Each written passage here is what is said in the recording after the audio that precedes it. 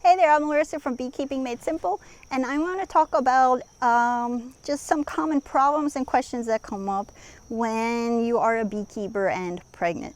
This is my second pregnancy as a beekeeper. I've been keeping bees for about 10 years and worked for commercial apiaries for the first 7 before starting my own apiary. And I'm here in Hawaii, which gets pretty damn hot. But first of all, there's the heat problem. I have never been stung more than when I have been checking bees while pregnant. And my guess is that it's because you're just hot, you heat up a lot faster. And you know, your heart rate is a little bit faster. And bees don't respond well to human breath. And they don't respond well to, you know, those scents that you're releasing when you sweat. But for whatever reason, they're not taking it easy on me because I'm pregnant. They don't sense that I'm pregnant and, you know, be all sweet and cuddly with me, that's for sure. So when it comes to heat, I have another video down below with a link to a bunch of tips for ways that you can deal with the summer heat in beekeeping. To summarize it real fast, you know, if you can, try to get rid of the gloves and wear some lighter baggy clothing as opposed to the heavy suits. Keep your inspections short. You don't have to pull out every single frame when you are inspecting a hive. You can check the bees earlier in the morning, or like in this area, the early morning is actually the worst. 11 a.m. is when the clouds roll in. So that's usually when I'm out here with the bees. 2 p.m. is when it starts raining though, and you don't really want to check the bees when it's raining out.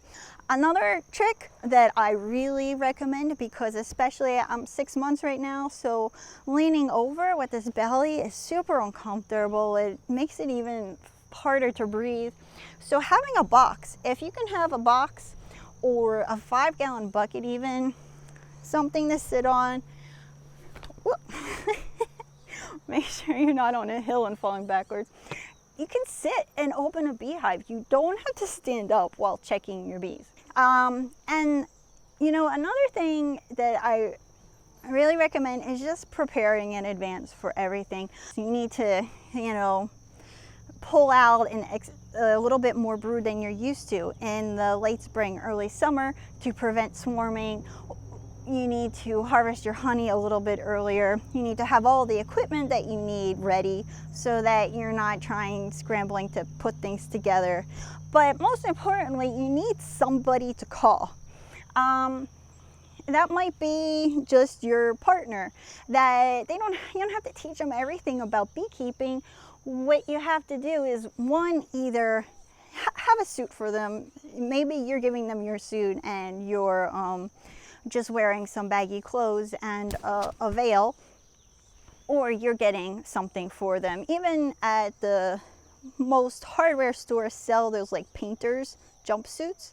So I mean, it's not sting proof, but neither really are suits. Just make sure you get it super big so that it's nice and baggy, and a veil for 20 bucks. And that's usually good enough, and get them a pair of gloves. And you can stand there and tell them what to do and guide them, and you don't have to train them to be a beekeeper. And of course, you know, the pop-up tent helps a lot to deal with heat. You don't need to teach them everything. You just need to know what time of year it is and what they need to know for that time of year. So if it is, you know, summertime, and you know that's the time when they are going to be swarming and they are going to need extra room, and they're going to be bringing in lots of honey. So you had somebody else maybe put in a treatment if you treat your bees well before your due date, and now you don't have to worry about checking for mites or mite problems. You just have to tell the person, here are my empty supers with frames ready. When you open the hive, stick an empty box on once a month, you know. Or maybe pick up the box, and if it seems kind of heavy, put an empty box on. You know, keep it easy and simple, and don't be too hard on yourself if you have a hive swarm off, you know, because of of what's going on in your own life. It's better to be able to just relax during this time and not overdo it than to worry about everything on your to-do list. And remember, you're not supposed to be lifting heavy things over 35 pounds, especially once you're 6 months pregnant, is not good. So you can always have an empty bee box like I have over here, or you can have just a large Tupperware container that fits a frame, and when you're opening up your hive, instead of popping that super off that weighs 30 pounds and putting it on the ground, pull 3 or 4 frames out, put them in an empty super you have on the ground, so that when you take this box off the hive, it's not 35 pounds, it's more like 20. And if you have a folding table or another hive nearby, instead of taking heavy boxes and putting them on the ground and having to bend over and pick them back up, just stick them on this other beehive waist height, so that you're just going from here to here, you're not going from like here to here.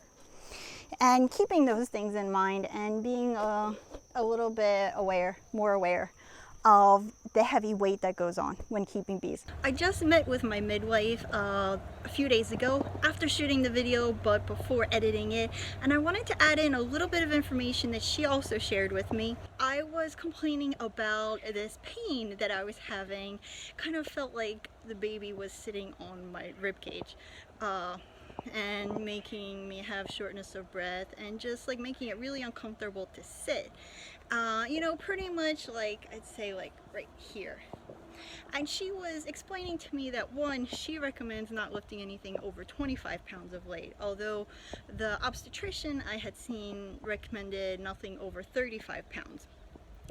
And she said that at the 6-month time especially is when those muscles are expanding, and she said to be really careful about lifting heavy things. So she told me she didn't actually know I was a beekeeper even, and she said to be very aware of when I'm lifting heavy things and what I'm doing to engage my core, because that can really affect the pains that you might be having or heartburn that you might be having. So I just wanted to start out the video by saying that, because now I am noticing even pushing a heavy shopping cart or picking up a case of honey, which isn't too heavy, but if you're picking it up maybe over head height or picking up one after the other, it can start to add up. So if you, like me, are starting to feel those pains below your chest and your upper abdomen, keep an eye on what you're doing and the amount of upper core muscles that you've been using. Okay, so now we'll get on to the video. You know, the first time I was pregnant, I got so many concerns from family members, my husband, random people I didn't even know that I would meet at a barbecue, about like, is it okay to get stung when you're pregnant? I'm not a doctor, so I can't tell you if it's okay, but all I can tell you is that I have been stung many times while pregnant, and I was okay, and the baby was okay. So that's about it. I actually was stung way more when I was pregnant than when I wasn't pregnant. This one day I just went up there, and it was a 45-minute drive from that yard to my house. The mosquitoes are just out of control right now. And so I go in my car and realize that I forgot my suit. And I decided I'm just going to try to do things without the suit, because I used to work for a bee farm, and I would give tours. I would just open up a beehive in a t-shirt and shorts and flip-flops, like a tank top sometimes.